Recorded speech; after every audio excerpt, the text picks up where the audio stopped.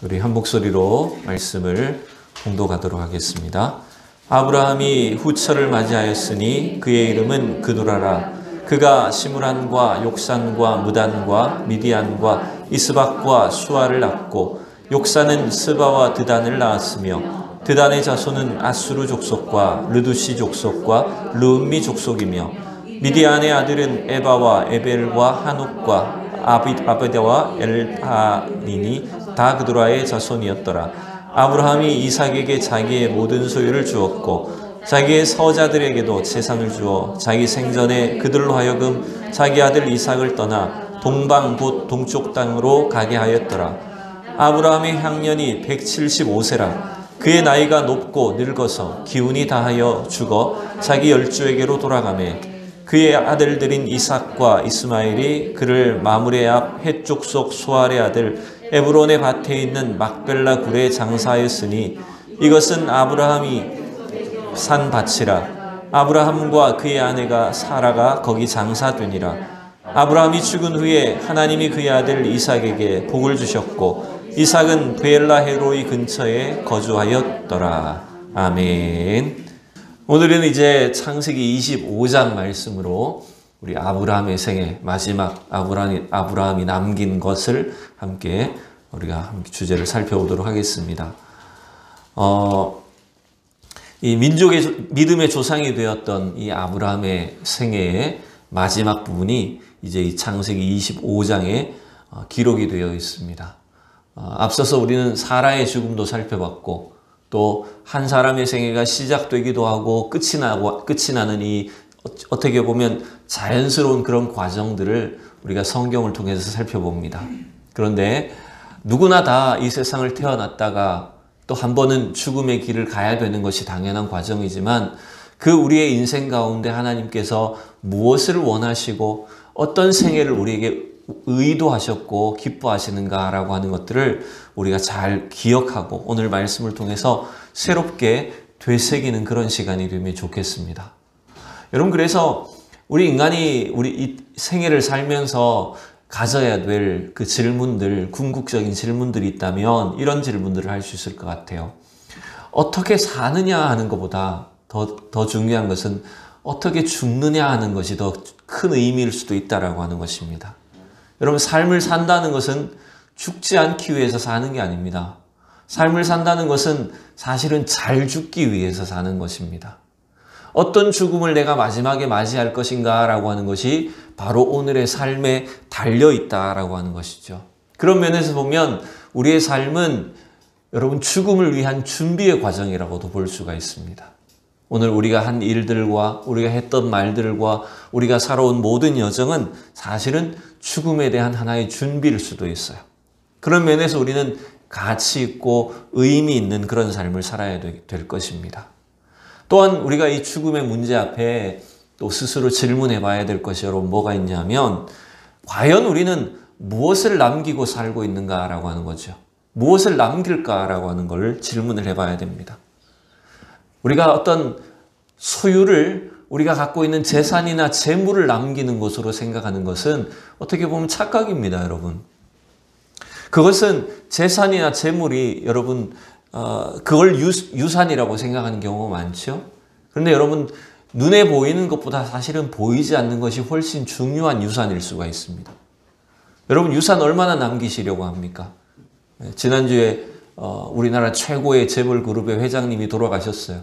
그래서 뭐 유산이 17조라나 뭐 기억도 잘 안 나네요. 하여튼 그 정도 유산을 남기는데 또 세금을 얼마를 떼야 된다. 뭐 이런 이야기들이 오가갔어요.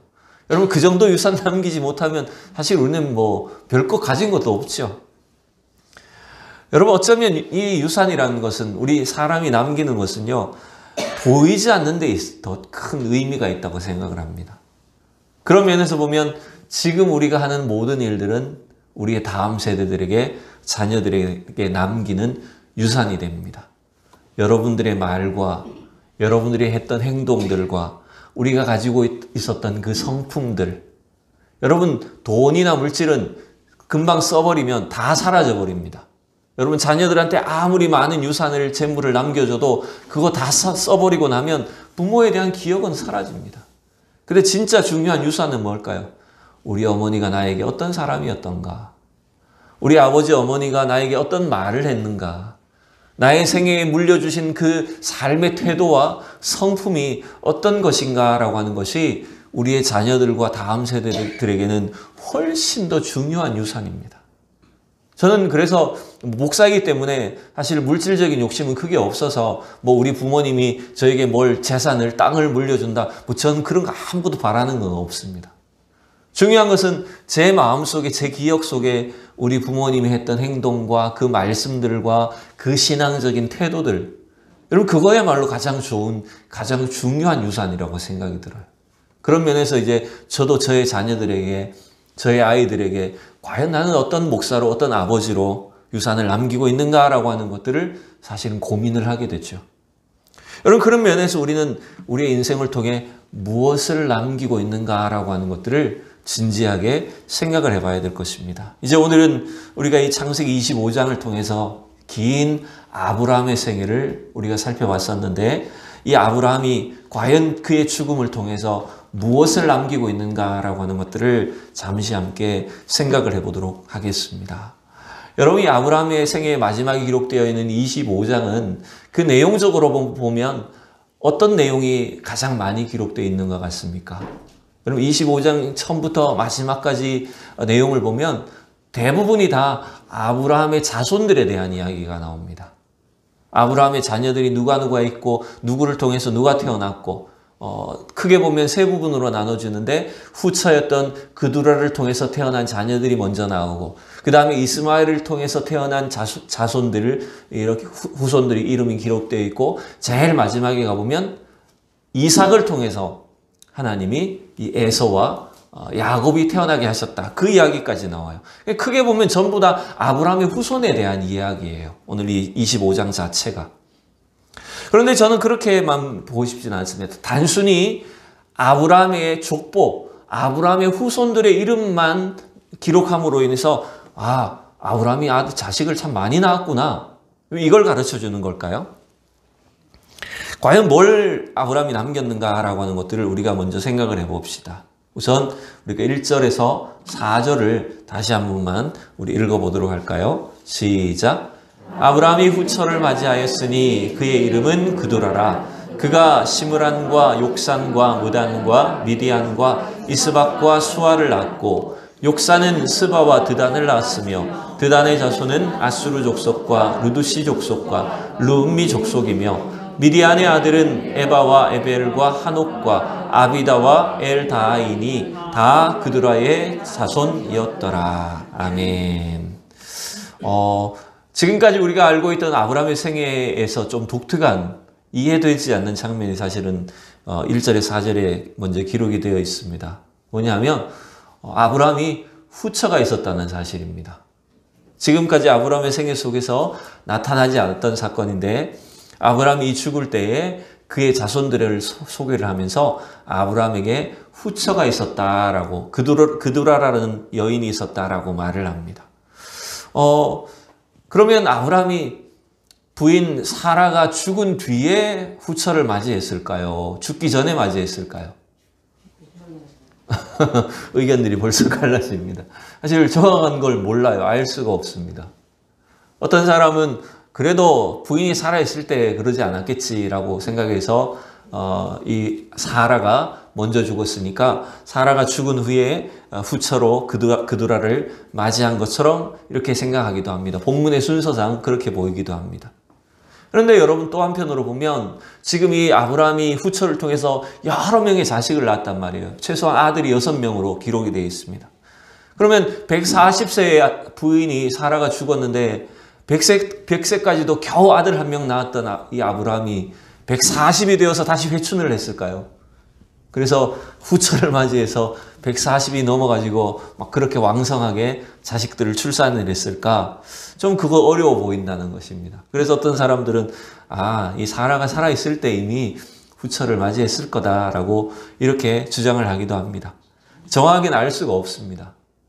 근데 여러분 이걸 오늘날의 우리의 도덕적, 윤리적 기준으로 봤을 때 아브라함이 믿음의 조상 아브라함이 이렇게 할 수 있을까? 언뜻 이해가 되지 않는 측면입니다만은 그걸 우리가 지금 우리의 기준과 잣대로 평가하기는 힘들 것 같아요. 여러분 오늘 이 25장에서 중요한 것은 뭐냐면 이 아브라함이 사실은 약속의 자녀로는 하나님 주신 이삭을 겨우 100세에 낳았던 아브라함이었지만 그러나 놀랍게도 아브라함은 이스마엘을 통해서 그리고 이 후처였던 그두라를 통해서 수많은 민족들의 조상이 되었다는 것입니다. 과연 하나님의 약속이 언제 이루어지고 어떻게 이루어질지 전혀 알기 힘든 사람이었어요. 아브라함의 생애는. 그런데 그 아브라함에게 주셨던 그 약속대로 하나님은 그의 후손들이 수많은 민족의 조상들이게 되게 했어요. 여러분 이 아브라함의 자손들 이름이 여기 1절에서 6절에도 4절에도 그두라의 자손들 이름이 쭉 나왔고 그 다음에 12절에서 16절에도 이스마엘의 자손들이 쭉 나타나는데 여러분 단순히 이 아브라함의 자손들이 그냥 몇 명이 있었다라고 하는 것이 아니라 그 각 사람 그 자손들은 전부 다 한 족속과 한 부족과 민족의 조상들이 됩니다. 여러분 창세기 17장 5절에 보면 하나님이 아브라함에게 무슨 약속을 주셨을까요? 같이 읽어볼까요? 이제 후로는 내 이름을 아브라함이라 하지 아니하고 아브라함이라고 하리니 이는 내가 너를 여러 민족의 아버지가 되게 함이로라. 하나님이 아브라함이라는 이름을 아브라함이라고 바꿔주시면서 그 이름의 뜻이 뭐라고 하셨을까요? 예, 열국의 아버지, 민족들의 조상에게 되게 하겠다. 그것이 원래 하나님이 아브라함을 불러주실 때의 원래 계획과 목적이었어요. 하나님의 비전이었어요. 근데 100살이 될 때까지도 전혀 그 일이 어떻게 이루어질지 알지도 못했었습니다. 그런데 하나님은 이삭뿐만 아니라 이스마엘과 그두라를 통해서 여러 민족과 여러 족속들을 태어나게 하시고 그 부족들의 조상이 되게 하셨어요. 그래서 여러분 지금도 저 아랍 사람들도 다 한결같이 자기들의 조상을 누구라고 하냐면 아브라함이라고 합니다. 물론 그들이 우리와 같은 믿음에 있지는 않지만 하나님은 하나님의 당신의 약속대로 아브라함을 통해서 온 세계 민족 열방 가운데 민족들의 열방의 조상이 되게 하셨다라고 하는 것입니다. 여러분 우리가 좀 이런 시각과 비전을 가졌으면 좋겠어요. 우리 한 사람의 생애는 보잘것없죠. 우리 한 가정이나 한 가문은 별로 힘이 없습니다. 그런데 여러분 우리가 한 사람의 생애 우리 자녀들이나 여러분 손자 손녀들을 보실 때 이 시각을 좀 갖고 계셔야 돼요. 뭐냐면 한 사람 안에는 한 민족이 들어있다는 거예요.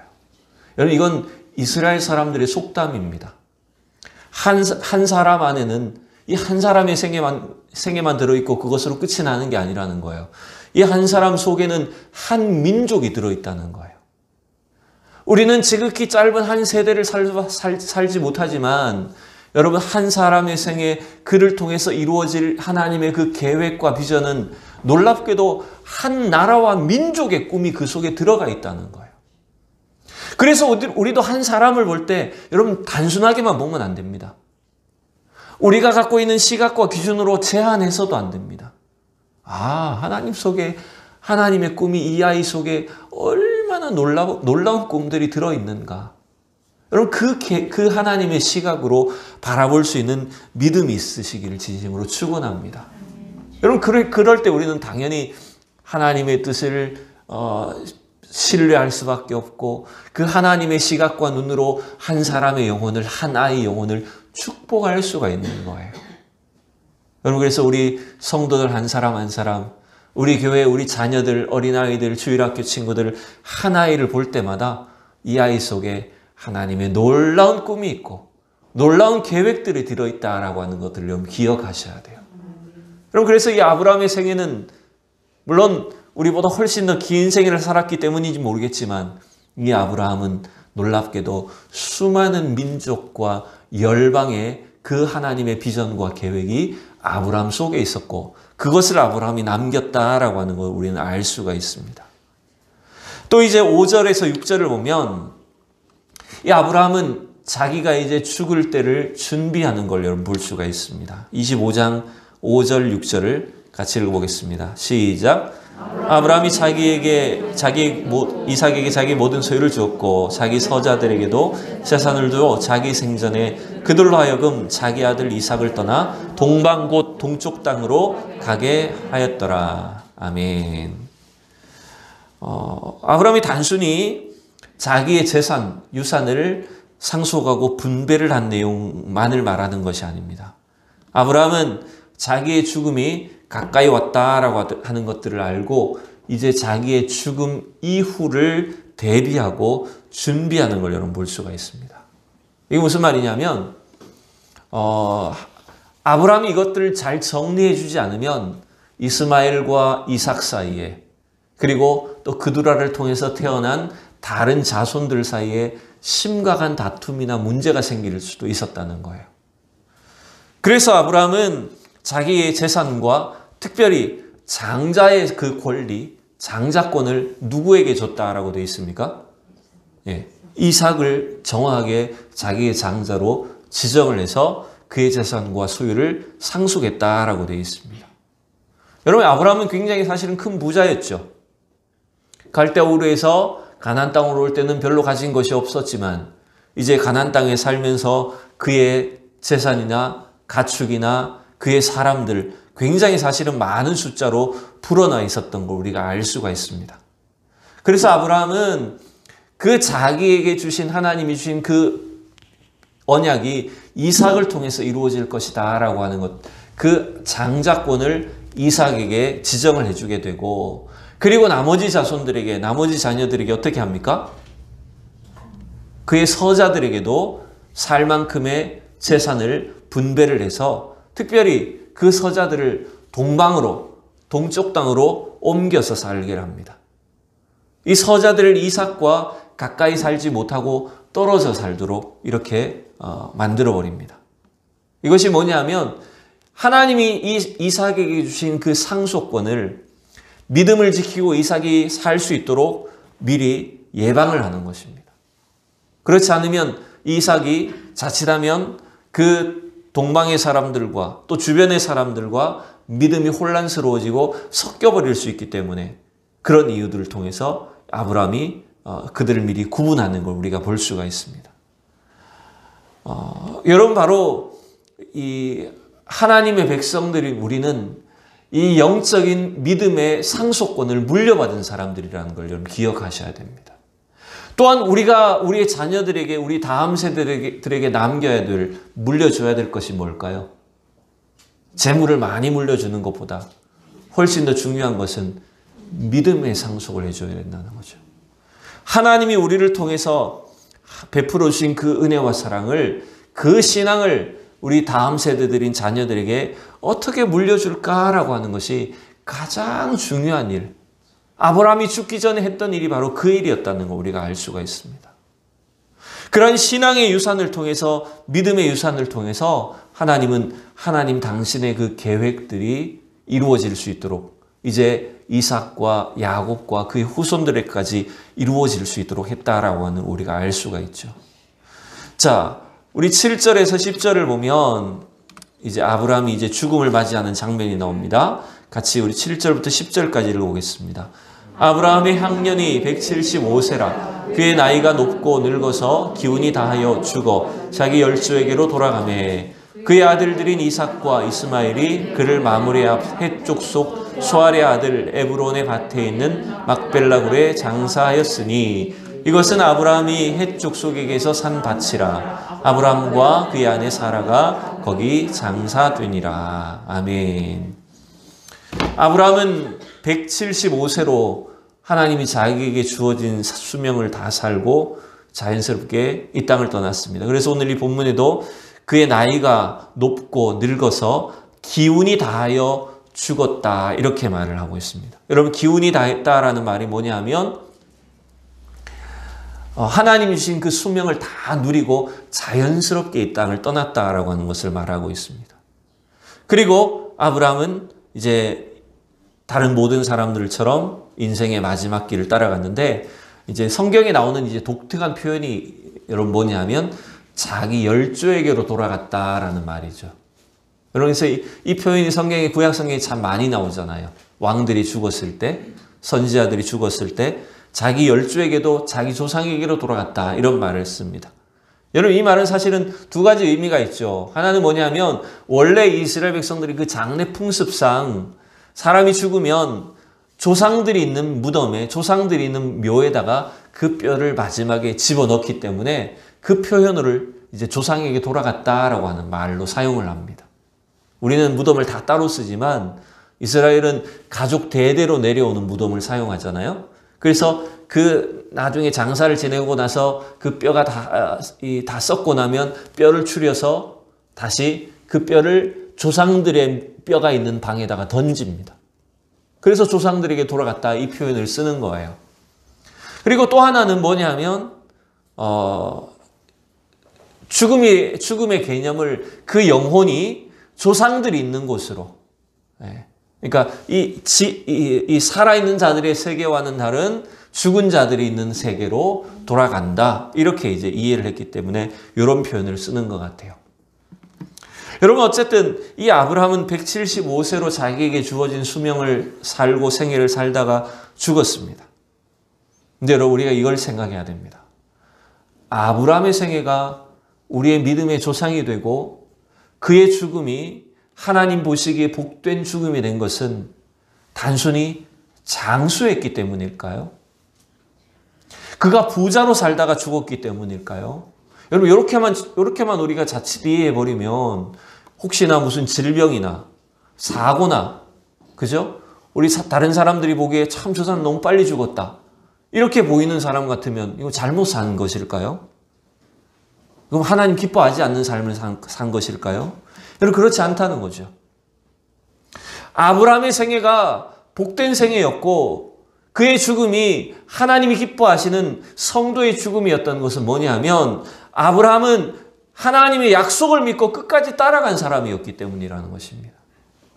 여러분 이게 중요합니다. 우리의 생애가 길고 짧은 것은 사람마다 다 차이가 납니다. 어떤 사람은 더 부자로 살고 가난하게 살기도 하고 남들이 보기에 훨씬 더 불행한 삶을 사는 것처럼 보일 수도 있습니다. 여러분 그러나 진짜 중요한 것은 뭐냐면 하나님이 우리를 불러주셨고 우리에게 주신 그 믿음, 그 약속을 따라 이 땅을 살다가 주님 앞에 가는 사람들이 되어야 된다는 것입니다. 이게 바로 복된 사람들의 모습이다라는 거예요. 75세에 부름을 받은 아브라함은 몇 세에 죽었습니까? 175세에 죽었습니다. 즉 아브라함은 하나님 자기를 늦은 나이에 부르셨지만 100년의 시간 동안 하나님을 따라갔어요. 하나님의 약속이 하나님의 그 비전이 언제 이루어질지 너무나 막연하고 불확실한 생애였지만 100년의 시간 동안 그 하나님의 약속을 따라 살았고 그 믿음을 지키며 살다가 주님 앞에 나아갔다라고 하는 것입니다. 여러분 하나님 우리에게 주신 축복은 바로 이런 것입니다. 우리에게 주신 은혜는 세상 사람들이 보기에 와, 저 사람 참 유명하다, 부자다, 저 사람 참 명성이 있다. 여러분 이런 것이 아닙니다. 하나님이 우리에게 주신 축복은 뭐냐면 이 세상의 삶이 전부가 아니라 하나님 주신 그 약속, 언약을 바라보며 주님 나라를 소망하면서 끝까지 믿음을 지키며 사는 사람이었다는 거예요. 그게 바로 아브라함에게 주신 축복이고 저와 여러분에게도 동일하게 주신 은혜였다라고 하는 것입니다. 그래서 여러분 히브리서 11장 우리가 너무나 잘 아는 믿음장이죠. 히브리 11장에 보면 그 아브라함의 생애에 대해서 이렇게 요약을 하는 걸 볼 수가 있습니다. 우리 히브리서 11장 8절에서 10절까지를 한번 보시죠. 자막이 있으니까요. 같이 읽어보겠습니다. 믿음으로 아브라함은 부르심을 받았을 때에 순종하여 장래의 유업으로 받을 땅에 나아갈새 갈 바를 알지 못하고 나아갔으며 믿음으로 그가 이방의 땅에 있는 것 같이 약속의 땅에 거류하여 동일한 약속을 유업으로 함께 받은 이삭 및 야곱과 더불어 장막에 거하였으니 이는 그가 하나님이 계획하시고 지으실 터가 있는 성을 바랐음이라. 아멘. 우리가 성경을 단편적으로만 생각하다 보면 아브라함이 아들 장가 보내놓고 죽었구나 이렇게 생각하기 쉽죠, 그죠? 그러나 여러분 이 아브라함의 연대를 한번 쭉 계산을 해보면 아브라함도 손자 봤습니다, 여러분. 부인 죽고 겨우 아들 장가 보내고 죽은 게 아니에요. 아브라함도 이 이삭의 아들들인 쌍둥이 에서와 야곱이 자라나는 걸 보고 아마 손주들을 엄청 귀여워하고 예뻐하다가 죽었을 거예요. 근데 중요한 것은 뭐냐면 오늘 히브리서가 말하는 것처럼 아브라함은 이 이삭과 야곱과 함께 장막에 거하였다고 말합니다. 이방에 있는 것과 같이 이방 사람, 이방인이 되어서 나그네가 되고 거류민이 되어서 이 팔레스타인 땅에 살았어요. 근데 그리고 여전히 텐트 생활했단 말이에요. 제대로 된 땅이나 거처나 집도 성도 제대로 짓지도 못하고 텐트 생활했다는 말이에요. 근데 여러분 이게 무슨 어떤 의미가 있다는 것일까요? 비록 그는 여전히 장막 텐트에 거주하며 살았지만 뭘 봤다고요? 하나님이 약속하신 성을, 하나님이 예비하신 그 나라를 바라보고 소망하며 살았다는 거예요. 여러분 바로 이것이 우리에게 보여주는 그 아브라함의 믿음의 생애입니다. 우리 성도의 삶은 삶도 사실 이와 같다고 생각이 들어요. 우리는 이 세상에 아무리 많은 것을 가지고 소유하고 좋은 집을 짓고 많은 재산을 소유하고 살아도요. 하나님 나라, 영원한 주님 나라 그 새 예루살렘을 향하여 가는 백성들입니다. 그래서 우리가 유일하게 궁극적으로 소망을 두어야 될 것은 이 땅에 있는 것이 아니라는 말이에요. 저 영원한 하나님 나라, 우리가 죽음 이후에 들어가게 될 그 하나님 나라를 사모하며 살아야 되는 것입니다. 그것이 바로 우리가 이 땅에서 끝까지 믿음을 지키며 살아야 될 그 아브라함을 통해서 우리가 본받아야 될 생애다라는 것을 우리가 알 수가 있죠. 그래서 여러분 이 아브라함은요. 모든 믿는 자의 조상이 되는 것입니다. 여러분 아브라함처럼 되고 싶죠. 근데 이렇게 하라면 할 수 있을까요? 맨날 텐트 생활하고 집도 없고 그러면서 그렇게 살 수 있을까요? 네, 여러분 아브라함이 우리의 믿음의 조상이 되었다는 것은 바로 그와 같은 것입니다. 비록 우리는 가진 것 없고 보잘것 없는 사람처럼 보이지만 이 세상을 나그네와 이방인처럼 왔다 가는 것처럼 보이지만 우리는 저 영원한 하나님 나라를 소유하고 사는 사람들, 그 나라를 소망하며 사는 사람들, 그래서 그 믿음 가운데 이 땅의 고난과 어려움을 이기며 나아가는 것이 바로 우리 성도의 믿음이라는 것입니다. 그 믿음의 후손으로 우리가 살고 있는 거예요.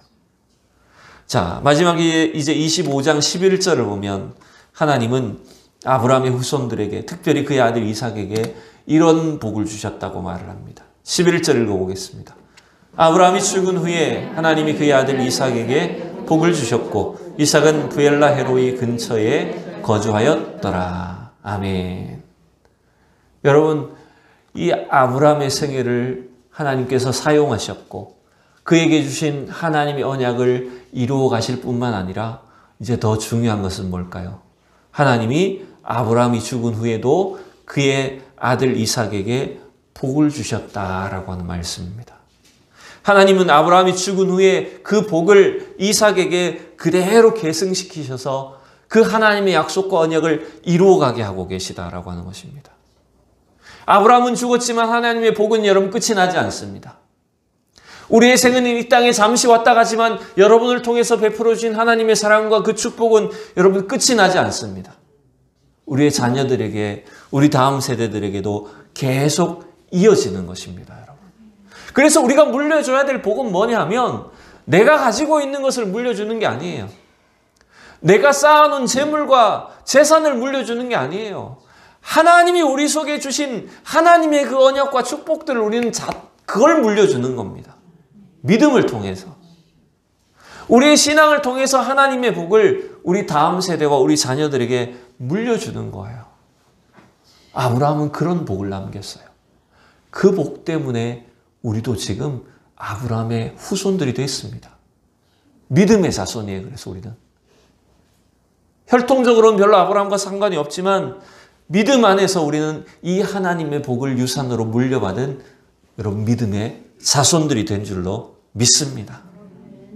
여러분 그래서 우리는 이 아브라함을 통해서 하나님 주신 이 축복과 유산을 받은 사람들이고 이 하나님 주신 축복과 유산을 우리의 다음 세대들과 우리 자손들에게 우리의 교회와 이 땅 가운데 흘러가게 해야 될 사람들이라는 거예요. 여러분 우리가 해야 될 일들이 뭘까요? 우리가 남겨야 될 일들이 뭘까요? 그것은 바로 하나님의 복이 흘러가게 해야 되는 거예요. 하나님의 복이 우리 자녀들에게 우리 다음 세대들에게 이 땅 가운데 흘러가도록 해야 되는 일입니다. 여러분 그러면요 우리 사람이 할 수 있는 일은 한계가 있어요. 인간이 할 수 있는 힘은 모든 게 다 부족하고 한계가 있어요. 돈의 힘으로 혹은 권력이나 물질이나 이런 세상 물리적인 힘으로 할 수 있는 일은 전부 다 한계가 있다는 말이에요. 그런데 여러분 하나님이 하시는 일은 하나님이 당신의 그 계획과 언약을 통해서 우리 안에 이루어 가시고자 하는 그 하나님의 일들은 여러분 한계가 없는 줄로 믿습니다. 한 나라와 민족과 열방을 바꾸어 놓으시는 그 하나님의 놀라운 계획들이 여러분 우리 믿음을 통해서 이루어지고 믿음의 자손들을 통해서 나타나게 될 것이라는 거예요. 여러분 우리 교회는 이미 그 복 가운데 하나님께 부름받은 사람들입니다. 우리의 교회는 우리가 지금까지 받은 이 복과 은혜를 이제는 또한 많은 사람들에게 우리 자녀들에게 나타내고 물려주고 흘러가게 해야 될 그 책임이 있는 것이라는 걸 여러분 기억하셔야 돼요. 그리할 때 하나님의 놀라운 역사가 나타나게 될 것입니다.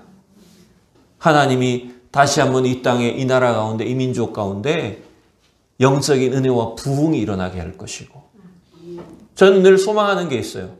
뭐냐면 저 북한 땅이 언제 개방될지 모르지만 북한이 다시 복음 안에서 평화롭게 통일이 이루어지고 또 그 미래가 열려지면 하나님 교회를 통해서 우리 성도들을 통해서 믿음의 사람들을 통해서 하나님이 위대한 일을 하실 거라는 거예요. 여러분 그 일을 우리는 지금부터 준비하고 기도하고 여러분 우리 유산은요 신앙의 유산은 믿음의 유산은 죽을 때 물려주는 게 아닙니다. 절대로. 우리 자녀들에게 유산은 여러분이 돌아갔을 때 물려주는 게 아닙니다. 지금 우리가 하는 일들 지금 우리가 하는 기도와 우리의 삶을 통해서 우리 자녀들에게 이 믿음의 유산을 물려주는 거예요. 그걸 우리 남겨야 됩니다. 그래서 오늘 이 아브라함의 이 생애와 같이 우리는 세상적으로 유명한 사람, 위대한 능력을 가진 사람, 돈 많은 사람들이 아닙니다. 그러나 우리는 가장 중요한 신앙의 유산을 물려줘야 될, 남겨야 될 사람들입니다. 이 사실을 기억하고 우리의 자녀들을 통해 우리 다음 세대들을 통해 하나님의 큰 은혜와 축복이 흘러가도록 남길 수 있는 우리 모든 성도들이 될 수 있기를 축원합니다. 함께 이 시간 기도하겠습니다. 하나님 아버지 감사합니다. 오늘 175세의 아브라함의 생애를 마무리하면서 하나님이 그를 통해서 무엇을 이루어 가셨는지 하나님의 뜻과 계획이 어떻게 실현되었는지 우리가 다시 한번 살펴봅니다. 하나님 이 말씀들과 같이 하나님 부족하고 연약한 우리의 짧은 생애이지만 하나님이 우리에게 주신 그 신앙과 믿음의 그 유산들을 남기는 저희들이 되게 하여 주시옵소서. 우리에게 주신 하나님의 복을 우리 다음 세대들에게 우리 자녀들에게 또 이 나라 이 땅 가운데 흘러가게 할 수 있는 그 신앙의 유산을 남길 수 있는 저희들이 되게 하시고 또한 우리 교회가 되게 하여 주시옵시고 하나님의 귀한 백성들 주님 끝까지 주님 뜻 가운데 사용하셔서 하나님의 크신 능력과 은혜를 나타낼 수 있는 귀한 도구들이 다 되게 하여 주시옵소서. 감사하며 예수님의 이름으로 기도하옵나이다. 아멘.